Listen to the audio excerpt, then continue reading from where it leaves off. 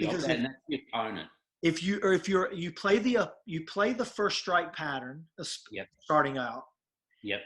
that the player likes the least, why Yes. would you play that instead of playing the pattern you like the best? Now those two things could line up, which would be like a perfect storm, which would be great.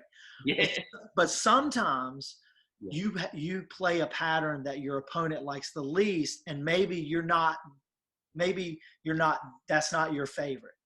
Yeah. But the reason why is because you want to make their life as difficult as possible. I agree. And because they're going to play their best. Yeah. So that's how you raise the percentage, right? The probability.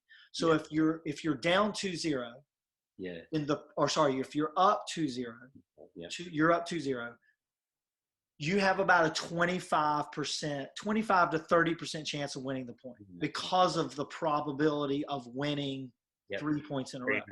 Yep.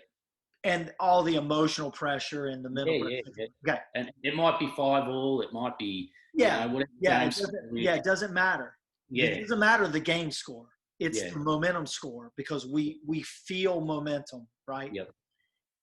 And it's a funny thing when you're up 2-0, you think, oh, or you're feeling good and you're like, oh, I can go for that shot that I always love to go for. That's like, I know, you shouldn't do it. You're going to succumb to the 25% chance or the 75% chance of losing the point. I'm going to go down the line standing 3 foot behind the baseline. There you go. So I'm going to get it in. Yeah. So that's taking the bait, if I say, right? Yeah, yeah. If you can play a really smart pattern, you can raise your 25% chance of winning to maybe 40% or even 50% chance. It's good, yeah. So you play that probability. It's like if I sit down at the blackjack table and I'm playing 21 against the house. Yep. If I play one hand against one hand, okay, I have a certain probability of winning the hand. But if I play 3 hands against your one, then I have a better chance of winning the point. Definitely. That's the same idea as when you're up in the momentum score 2-0 trying to convert. You play the pattern that the opponent likes the least, that raises your chances of winning the point, probability-wise. Yeah. Because you're putting the pressure on them to play the pattern they like the least and actually win. So that's the kind of knowledge we want players to start to understand. And I always say knowledge is power. But it's interesting in the sense, like you say, Pearce is gravitating towards there's a game that I'm making up with Jake right now where I'm going to get him to call run reverse, and then he's got to play it. Yes. And see how it feels. You know what I mean? Like if he's going to serve, he might do a run out wide, run serve, and then you've got to reverse him. And then you've got to stick to the script. And I always look at back as, correct. If you think of someone that's going to go on Broadway, they're going to have to remember their lines. Absolutely. They can't just come up there and wing it. It's not going to happen. Yep. You know what I mean? Like they'll do like improvisation in little bits, but the actual, it's got to be. Within the context. That's why Jim Carrey was such a great actor, because he had the ability. He got the foundation of his lines. Yep. He knew what his lines was. Then he could sort of go off script, but it was out of the context of his foundation. And that's what the art of winning is. That's what transforming the practice court is all about. Is we've got to build this foundation and understanding of how probability affects us or work for us or against us, right? And then and learn how to deal with that, and based on like what we love to do too, right? Well, see, this is where I find it interesting. Like with kids, like let's go to the practice court. We'll do let's play a match, Dad. That's where their mind state is. And I think coaches sometimes we've got it wrong, because we're thinking we've got to drill them, we've got to do this, we've got to do that. But the foundations, they're already telling us what to do because they want to play a match, because that's what you're doing. And we tend to pull away, and like I look at when he was at the tennis center, like I'm a huge person on serve. I make him do buckets and buckets and buckets of balls on serving and returning. I think it's the bread and butter. You know what I mean? It's like me being in the boxing ring and not having a jab.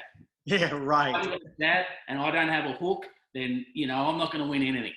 Nope. So I think, you know, they're two most important things. But then all the coaching that he's had, and this is why I've ended up taking over some of the coaching, you know what I mean? I've got my tickets now and I'm coaching because I find here in Australia, and I'm not saying it's everybody, but what I've seen, it's what you say. It's like 50 minutes, we're going to do forehand drills, we're going to do some backhand drills. The last 5 minutes, we're going to do some serving. Yeah. And you're to see receiving is like, what is that? You know what I mean? What is that? I have to tell you, Richard, it's not just in Australia. It is all over the planet. It's everywhere.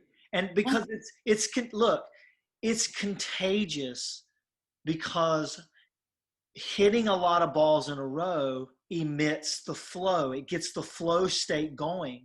Yeah. And that's when you feel and perform your best. And so people are going based on feeling. They feel like they had a good practice. But the problem is that's the perception that they had a good practice. But when you go play points, it's a completely different, it's like black and white. It's like a completely different step. Now, what's really fascinating to me is I trained a player for 3.5 years. She started with me. She was 13 and a half. She wanted to play college. She wanted to play pro tennis. I'm like, okay, well, let's put that on the shelf. We're not going to kill that dream. Let's just put that here.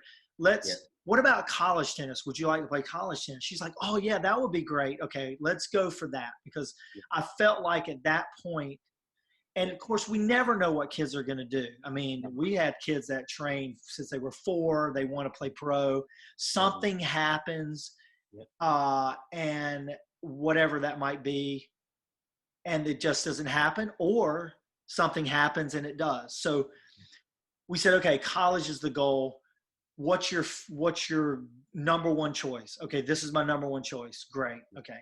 She got like 20 offers, and long story short, she ended up playing where she wanted to play. Yeah. Okay. I had to literally scrap a lot of the stroke technique when she came to me because it was rubbish. It wasn't going to get her to the college level, right? So we had about 6 to 8 hours a week. That's all that they could give me. I said, okay, we've got to make the most out of this 6 to 8 hours. We got to get your technique on your serve, forehand, backhand, volley. She couldn't volley to save her life. Smash, swing volley, everything. Return a serve, right? Movement. Oh my God, movement. Receiving the ball. Yeah. So we spent 90% of the 3.5 years of our time 0 to 8 shots, which means she only hit 4 shots. Most of the time, after the 4 shot, we stop the point. We repeat. We rinse, wash, rinse, repeat. Yep. And we played games around the 4 shots she had to hit. We played around the first 2 shots. A lot of times we ended the point there.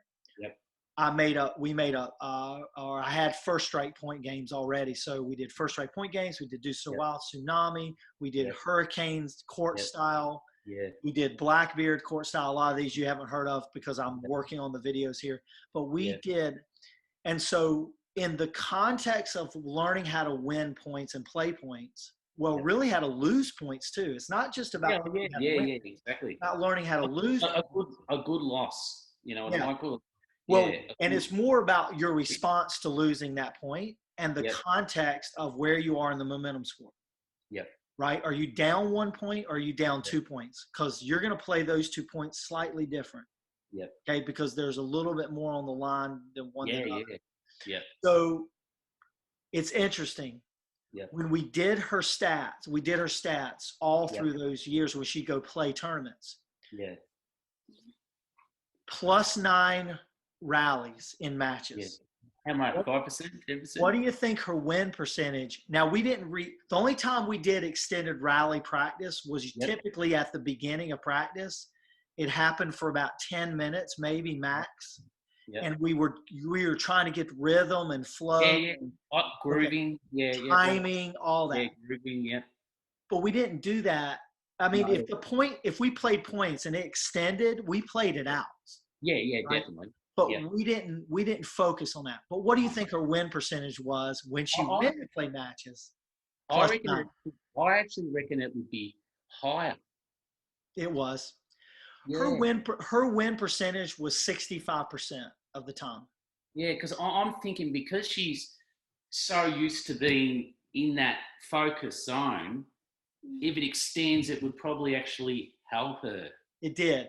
It just she just kept going. Once she get past 4 shots, 1, 2, 1, 2, she would repeat that. She'd go 1, 2, 1, 2, 1, 2, and she would just keep going.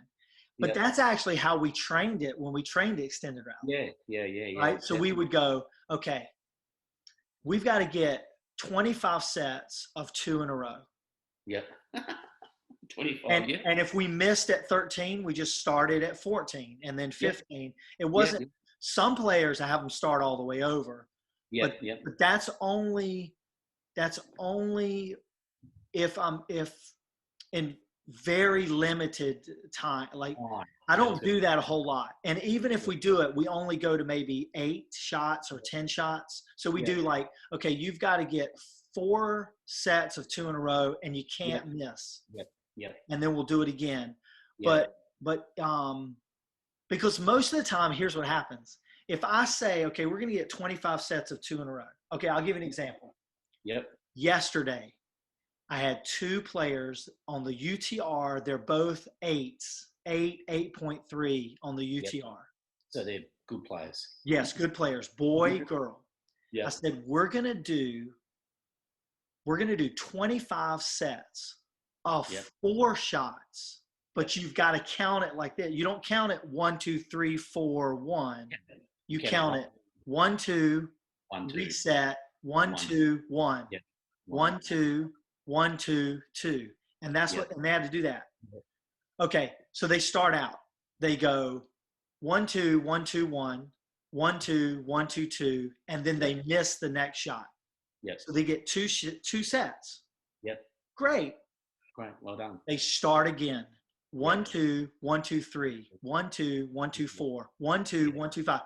They go all the way to 25 without missing. Now think about this. That's a lot. They hit 12 balls. Okay. Well, they basically hit 22 sets of 4 in a row. That's 88 shots in a row without missing. Now, it was crazy because when we finished, they realized that they weren't, if they'd have counted to 67, 68, they'd have missed. A marathon. They would have missed because the number's too big in their brain. And the marathon, you'd be going, I'm up to 70 shots. They're like, I'm almost there. Or look how far I've gone. But see, the 1, 2 reset kept them resetting back in the moment. And they threw that big number away, the big set. And so they realized after we got done, they're like, wow, how many balls was that? And then they had to add up and they go, oh, it was 88. So that's the experiences of, doing the 1, 2 reset.